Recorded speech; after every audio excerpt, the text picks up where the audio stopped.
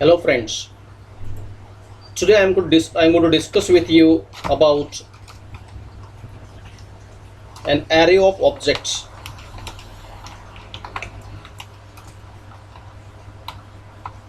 Now, up till now we discussed about a class. Class is a collection of or a wrapping of properties and methods belongs to object. So we can create a single object. But like normal array, like if you can make a set of primitive type of array of integers, array of float, array of character, why not make an array of objects? Means if you can able to make an array of integer like this of any subscript, why not, if there is a ABC class, why not you can create a object of that ABC class, array of object of that ABC class, and it is possible. Means like array of objects means collection of user defined type of data.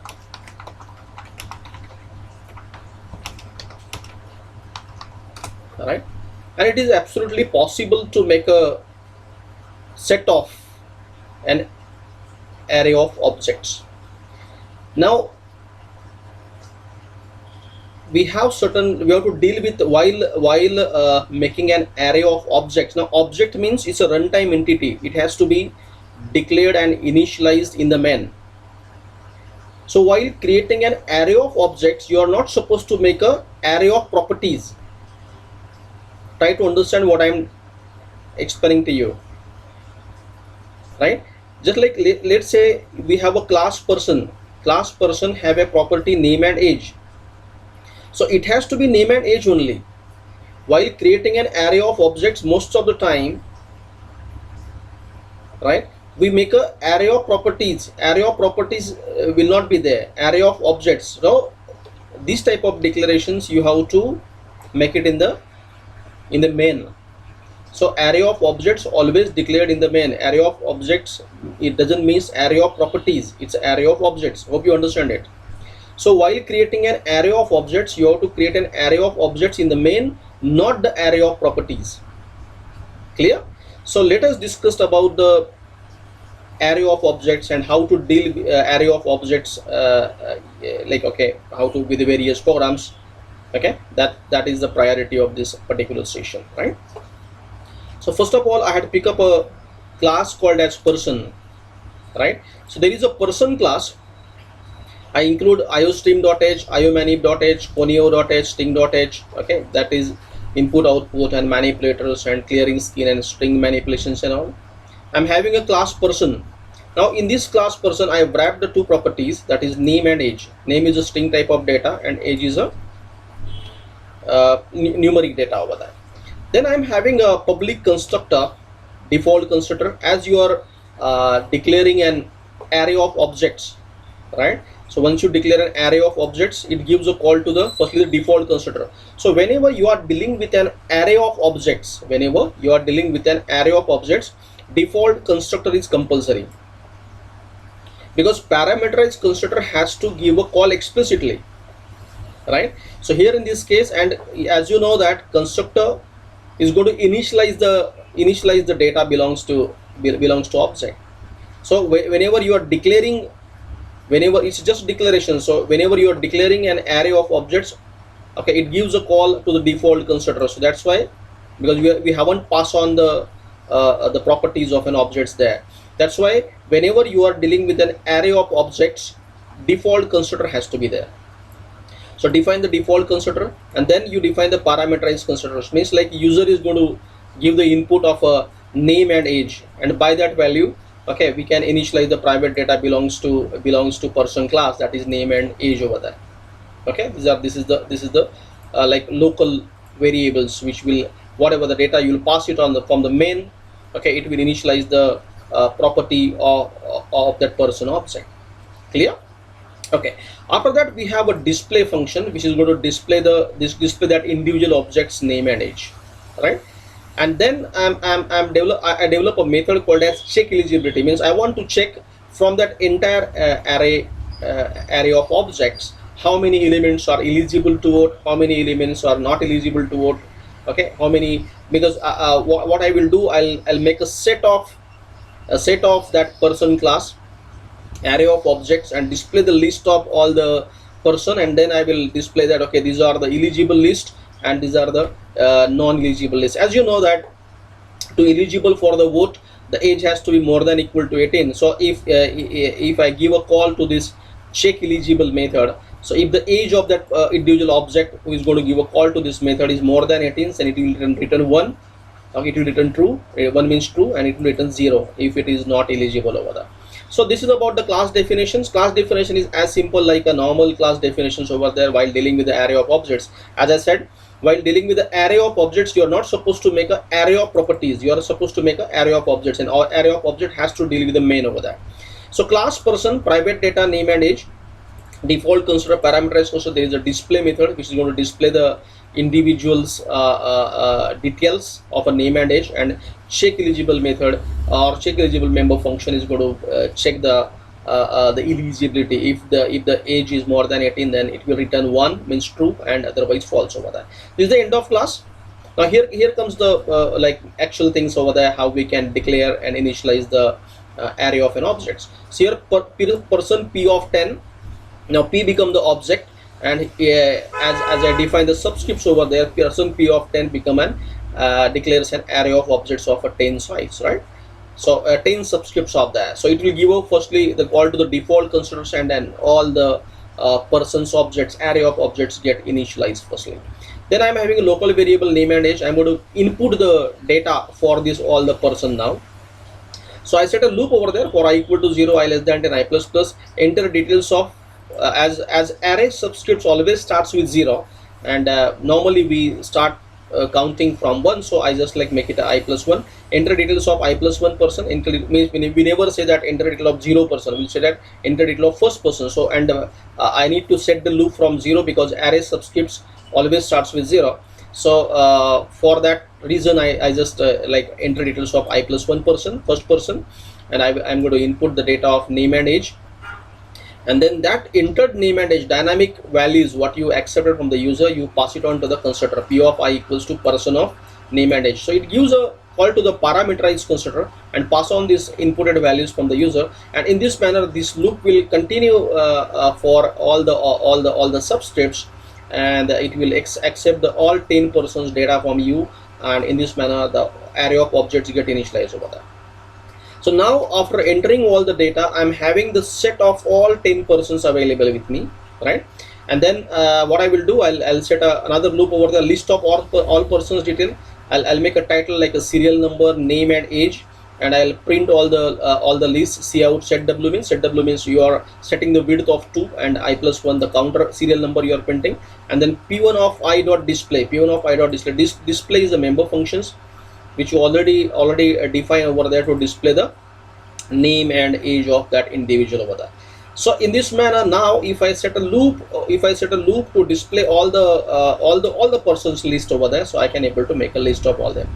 Then what I said, my agenda is to print the list of serially. I want to list of all the array of objects, and then I want to find out from that entire list how many persons are list of the eligible person and list of the non-eligible person. Okay, you are not eligible to vote, sort of things. So list of eligible person, again serial number, name and age, and I'll set a loop over there. If p of I dot check eligible, I wrote a method over there which is going to return me 1 or 0. 1 means true, true means eligible. So if it is eligible, I will print its serial number and display the data over there. So this is in this manner separately I am printing the list of all eligible persons, and then I'm going to generate the another list. Okay, from means firstly I'll print the entire list, and then I'll separately print the eligible list, and then I will separate means if p of I dot check eligible return true, I use a not over here. Not means if it is written 1, it becomes 0, right? So in this manner, and in this manner I can able to print the list of non-eligible persons as well. So quickly revise the everything. So over there what we did, we have a class persons for the with the private data name and age. The agenda is I have to make a list of all the persons. Okay, I make a array of objects. This is the example of array of objects over there. So I declare array of object with the 10 subscripts. I make the input of all the data. Every individual objects I'm initializing by dynamic values entered by the user, and then I'm giving call to the parameterized constructor, and then I'll print the entire list of the array elements by setting a loop like for I equal to 0, I less than 1, and then my method check eligible method will go to distinguish between the eligible candidates list and the non-eligible candidates list. Let's go for the execution of it. So here is a array of a person class. Okay, I load the code over here. If I run it, it will ask me enter details of first person. So I'm entering AAA, maybe having age 25, then BBB having age 35, CCC. Okay, just right. Space 35, then DDD, CCC making 45. Okay, DDD maybe 12, DDD maybe 34. Okay, I'm just like entering the random data. GGG having 50, HHH having again 30, make some non-eligible also. I the 69 and the GGG maybe again 45, whatever. Okay, so once I enter the data, okay, I'll get the list of the all entries over there starting from 1 to 10. Okay, 1 to 10 all the list will be there, A and then age and all, and then I'm get the list of the eligible person. Eligible person means who are eligible to vote, that is 1 2 3 5 7 9 10. Okay, so these are all eligibles having the like I'm sorry that in second person's name is BBB 35, so there has to be a space over there.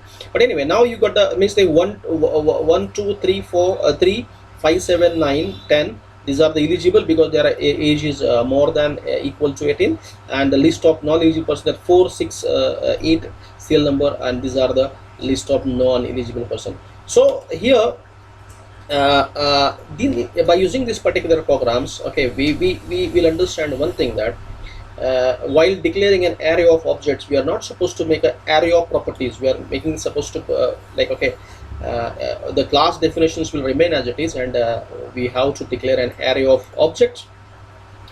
While writing a program of array of objects, the parameterized default constructor has to be must over there. The reason is, okay, you make a declaration of array firstly and then initialize the values over there. So that's why default constructor has to be compulsory defined over there, and then we have a parameterized constructor who is going to make the dynamic values from it will be accepting from the user and initialize all the objects over there.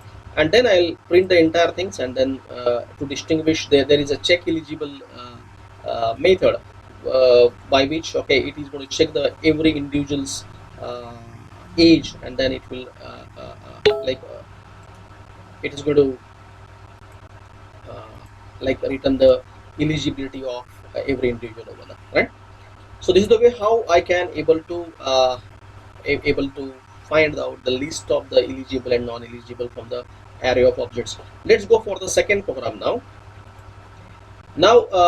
In the array of objects series, okay, now I want to make a class called as cricket. As we all know, cricket having 10 players, and then means like 10 batsmen will bat and one will remain a not out, right?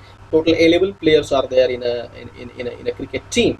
So my question is, okay, I want to make a set of cricket players. Okay, I want to make a set of cricket players.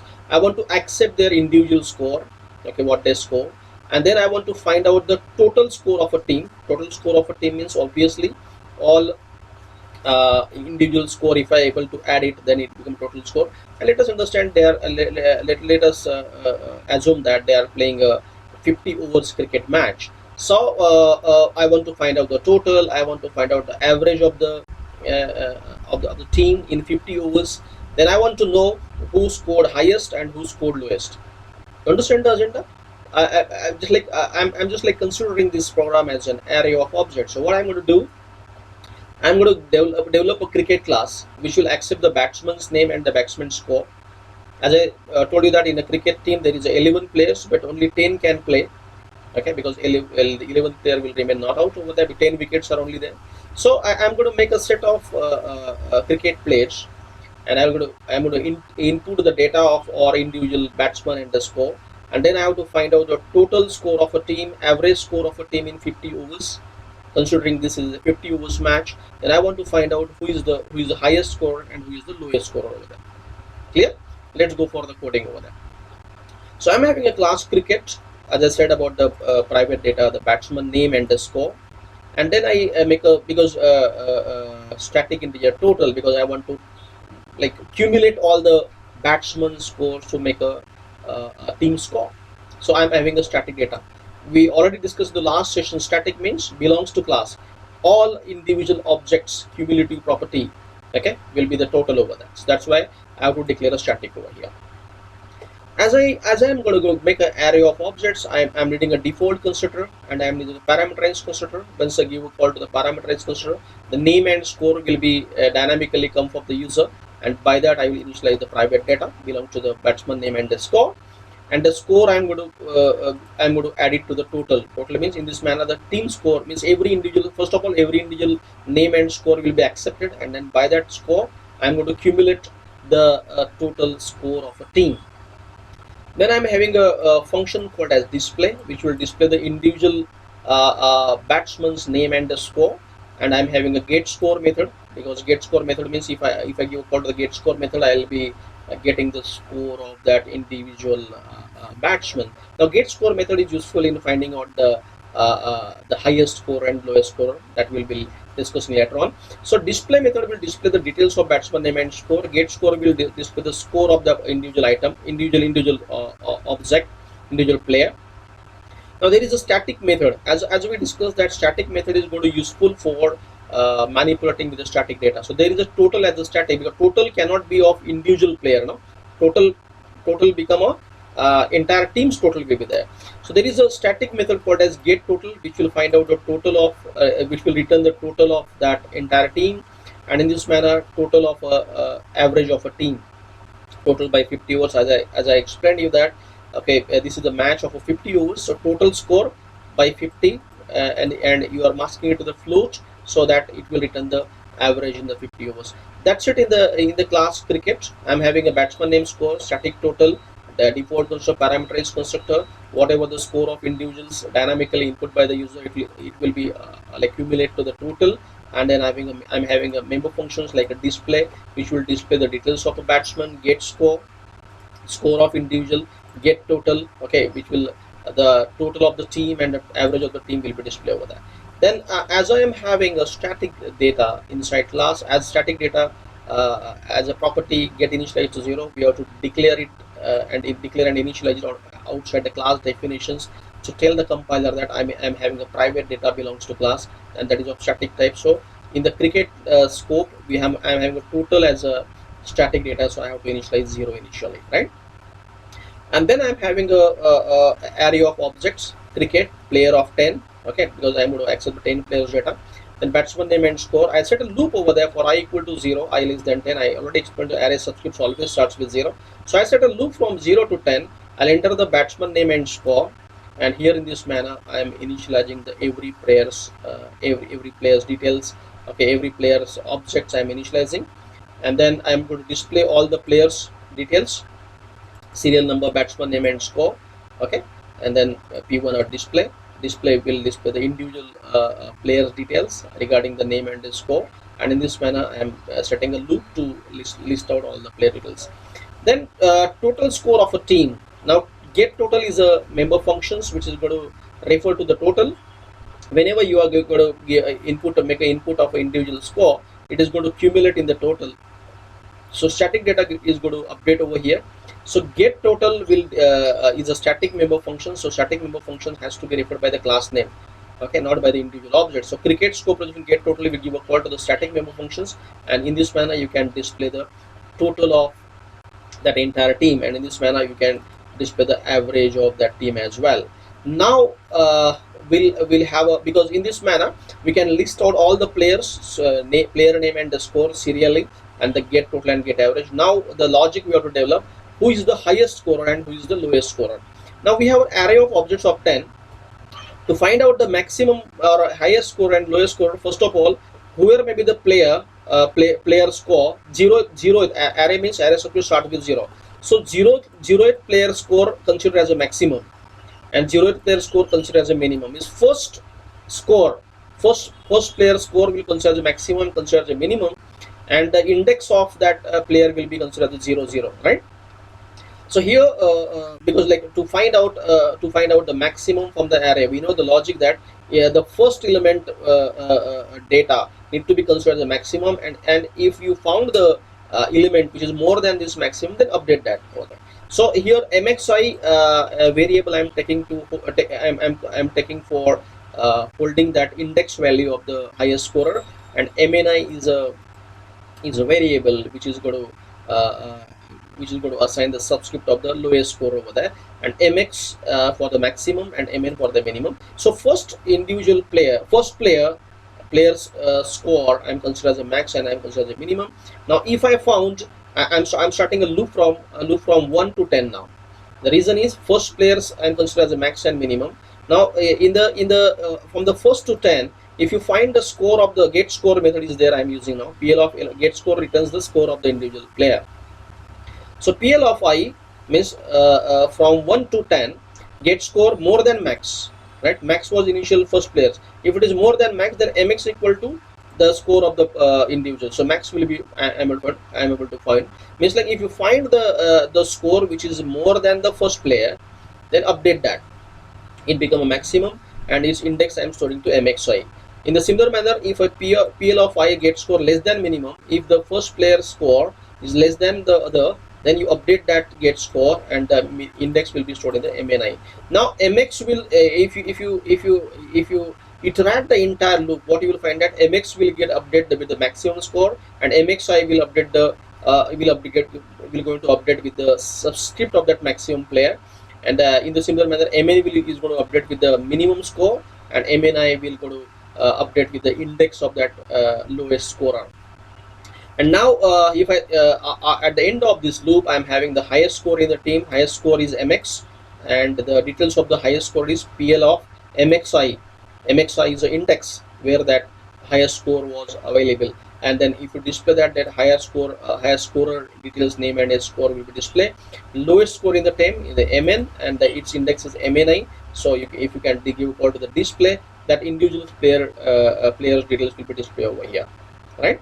So in this manner, I'm having a cricket class with a batsman name and score. I'm having a static data total to accumulate that all the individual score to make a team score, and I'm able to find out the average of the team in 50 overs, as well as I'm able to find out the highest and lowest score of team. Let's go for the execution of it. Yeah, here is the class cricket. I'm loading. Run it. Now enter details of batsman 1. I'm saying A is a batsman name, and then I'm entering the dummy data, and he scored 50. B is a batsman who scored 25. CC is a batsman who scored 58. Then DDD is a batsman who scored only 4. EE is a batsman who scored maybe 89. FFF is a batsman who scored 65. GGG is a batsman who scored only 35. HHH is a batsman who scored 10. Is a batsman who scored 20. And then GGG is a batsman who scored 29. Whatever the random data I am entering over there. Now, like a list of that. Okay, first of all the batsman's details will be scored 1 to 10. The batsman name and the score will be displayed. Okay, and the total score of a team in 50 overs is 387. That is the accumulation of all the score. Once you initialize the data, AA and a 50, so 50 will be added in total, and then BB will 25. So 50 plus 25 in this manner, the static data total will be going to update. So at the end, you have a static data that is a 387 is the total of the team, okay, in 50 overs, and average score in 50 overs, okay, that is the 7.74, okay, and the highest score in the team, that is the 89, okay, and the lowest score in the team is 4. Now who is the highest scorer? EE is the highest scorer. If you can check it on the list, EE is having 89 score over there, and the DDD having the score 4. So here in this manner you make a array of a cricket. You make an array of a cricket with a batsman name and a score, find out the total of the team, average of the team. At the same time, you can able to find out the highest scorer and the lowest scorer of a team over there. So today's discussions is about the array of an objects, right? So we need to understand one point, that whenever you are going for the array of an object, you have to make a, you're not supposed to make an array of a properties. You have to make a like, okay, the array of the objects, and then like a normal primitive type of array, we can deal with the array of objects as well. While dealing with the array of objects, you should have a default constructor, the parameterized constructor, and then in this manner you can no you can set a loop, you can accept dynamic values, and you can process the array of objects. I hope you understand the things well. Thank you.